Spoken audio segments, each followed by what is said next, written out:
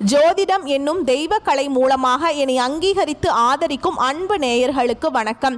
கன்னி ராசிக்கு இந்த பதிவு மூலம் அப்படி என்னதான் சிறப்பா இருக்கு அப்படிங்கிறத பார்க்கறதுக்கு முன்னாடி எம்பெருமான் முருகப்பெருமானின் ஆசீர்வாதம் உங்களுக்கு முழுமையாக கிடைக்க நான் சொல்லும் மந்திரத்தை நீங்களும் 3 முறை சொல்லிக்கிட்டே உங்களால் முடிஞ்சதுன்னா கமெண்ட் பாக்ஸில் ஒரு முறை கமெண்ட் பண்ணுங்க.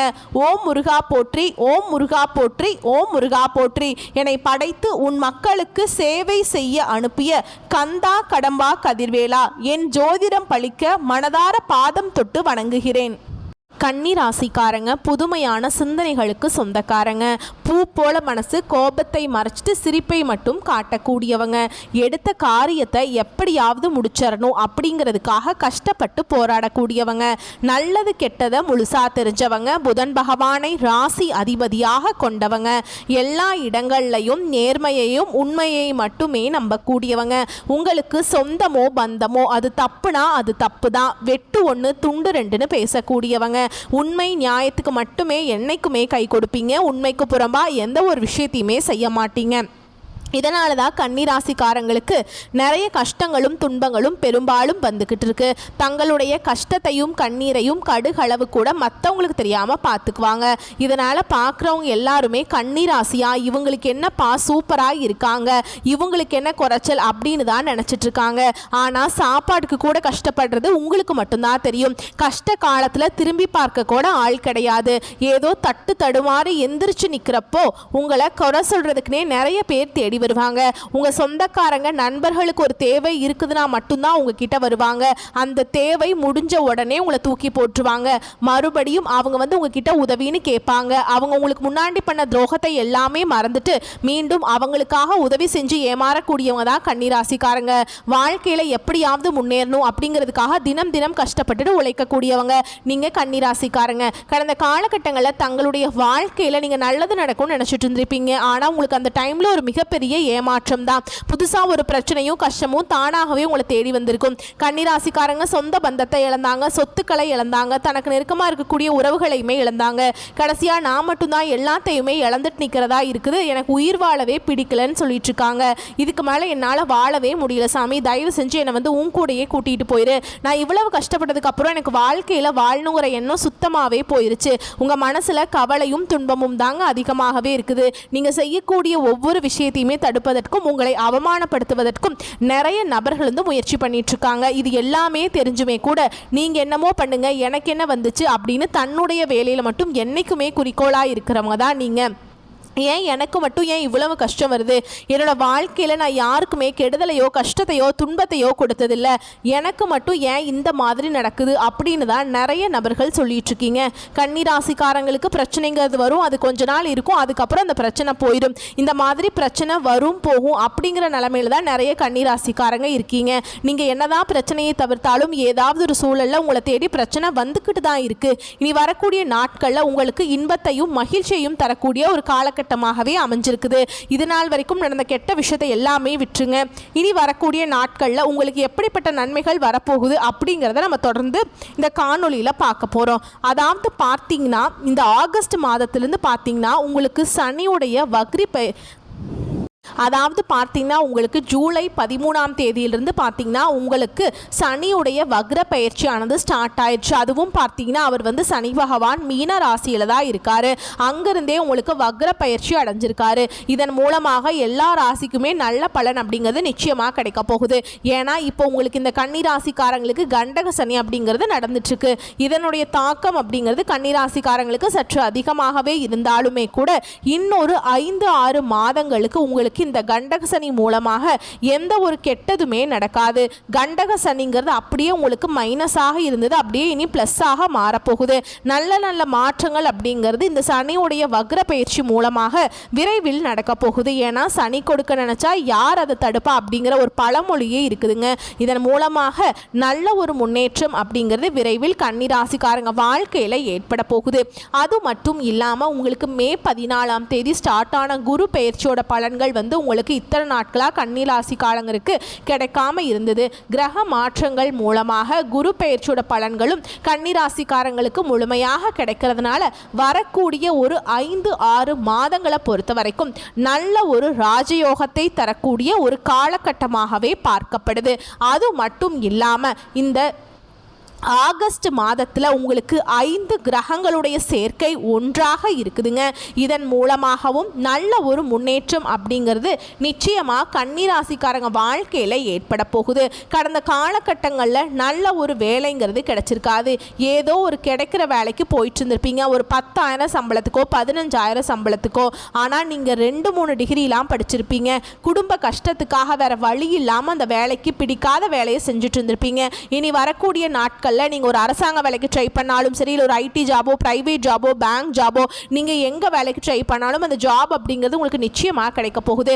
கோர்ட்டு கேஸுன்னு ரொம்ப நாட்களாக வந்து அலைஞ்சிட்டு இருக்கேன் சாமி, வாய்தா மேலே வாய்தா போயிட்டே இருக்கு, தீர்ப்பே வரமாட்டேங்குது, எங்களுக்கு எப்போ தான் தீர்ப்பு வரும் அப்படின்னு நிறைய நபர்கள் எதிர்பார்த்துட்ருக்கீங்க. விரைவில் உங்களுக்கு சாதகமாகவே தீர்ப்பு வரும். சொத்து பிரச்சனையும் உங்களுக்கு சாதகமாகவே முடியும். சனி பகவானுடைய பார்வை உங்களுக்கு நேரடியாகவே இருக்குது. இதன் மூலம் வருமானம் அப்படிங்கிறது பல வழிகளில் வரும். தொழில லாபம் சற்று அதிகமாகவே கிடைக்கும். அரசியல்வாதிகளை பொறுத்த வரைக்கும் புதிய பொறுப்புகள், புதிய பதவிகள் எல்லாமே தானாகவே உங்களை வந்து சேரும். ராகுவால உங்களுடைய செல்வாக்கு உயரும், உடல் ஆரோக்கியம் மேம்படும், சங்கடங்கள் நீங்கும். மறைமுகமாக உங்க தொழில் வாழ்க்கையிலும் சரி, இல்லற வாழ்க்கையிலும் சரி நிறைய நபர்கள் வந்து தொல்லை கொடுத்திருப்பாங்க. இனி அவங்களுடைய தொந்தரவுங்கிறது முழுவதுமாகவே இருக்காது. கடந்த காலகட்டங்களில் நீங்களும் ஒரு கம்பெனியில் இரவு பகல் பார்க்காம உழைச்சிட்டு இருந்திருப்பீங்க.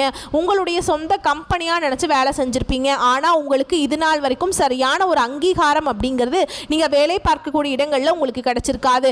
உங்களுக்கு அப்புறம் வேலைக்கு வந்திருப்பாங்க, அவங்களுக்கு நிறைய சலுகைகள் எல்லாமே கிடைக்கும் போது அதை பார்த்து ரொம்பவே மனவேதனை பட்டிருப்பீங்க. இனி வரக்கூடிய நாட்களில் உங்களுக்கு பார்த்தீங்கன்னா சம்பள உயர்வு, பதவி உயர்வு, உங்களுக்கு மேல் இருக்கக்கூடிய அதிகாரிகளுடைய ஆதரவு முதற்கொண்டு உங்களுக்கு கிடைக்க போகுது. இனி உங்கள் வார்த்தைக்கு மதிப்பு மரியாதை கிடைக்கும். அந்தஸ்தில் நீங்கள் எதிர்பார்த்த உயர்வுக்கு போக போறீங்க.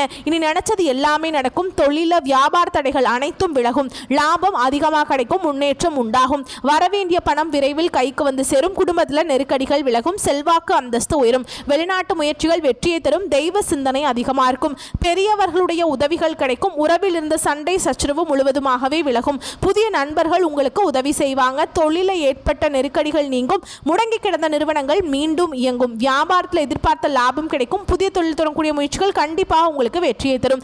தொழில் இருந்த தடைகள் விலகுவது மட்டும் இல்லாமல் சில வந்து புதிதாக தொழில் தொடங்குவீங்க. உற்பத்தி இருந்த தடைகள் நீங்கி தொழிலை விரிவு செய்வீங்க. வரக்கூடிய நாட்களில் விற்பனை அதிகமாகும். ஏற்றுமதி இறக்குமதி தொழிலில் நல்ல லாபம் கிடைக்கும். நீங்க செய்யக்கூடியது சின்ன தொழிலோ பெரிய தொழிலோ நல்ல ஒரு வளர்ச்சி அப்படிங்கிறது நிச்சயமா உங்களுக்கு கிடைக்குங்க. கடந்த காலகட்டங்களில் திருமண நிலை அப்படிங்கிறது கன்னிராசிக்காரங்களுக்கு நிறைய பிரச்சனையும் சிக்கலையுமே அதிகமாக சந்திச்சிருப்பீங்க.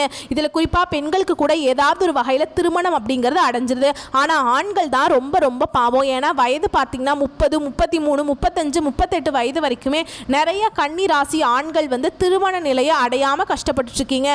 கண்டிப்பாக வரக்கூடிய நாட்களில் நீங்கள் எதிர்பார்த்த மாதிரியே நல்ல ஒரு வரன் அப்படிங்கிறது நிச்சயமாக உங்களுக்கு அமையும். வாழ்க்கை துணையை இழந்த கன்னிராசி ஆண்களோ பெண்களோ அடுத்து வந்து இரண்டாவது திருமணம், அதாவது மறுமணம் பண்ணலாமா வேண்டாமா அப்படிங்கிற ஒரு மிகப்பெரிய குழப்பத்தில் இருப்பீங்க.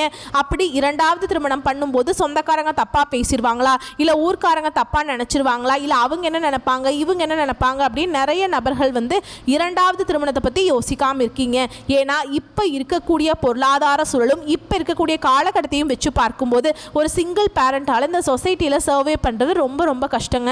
நீங்கள் எதிர்பார்த்த மாதிரியே நல்ல ஒரு மறுவாழ்க்கை அப்படிங்கிறது நிச்சயமாக உங்களுக்கு அமையும். குழந்தை பாக்கியத்துக்காக எங்கே கன்னிராசி நேர்கள் பார்த்தீங்கன்னா எங்களுக்கு மேரேஜ் ஆகி 3 வருஷம் ஆகுது சாமி, 5 வருஷம் ஆகுது, 8 வருஷம் ஆகுது, நாங்களும் போகாத ஹாஸ்பிட்டல் இல்லை, பார்க்காத ட்ரீட்மெண்ட் இல்லை, வாரத்தில் 3 நாள் கோவிலுக்கு போய் வழிபாடு செஞ்சுட்டு வந்துட்டுருக்கோம் அப்படின்னு நிறைய நபர்கள் சொல்கிறீங்க.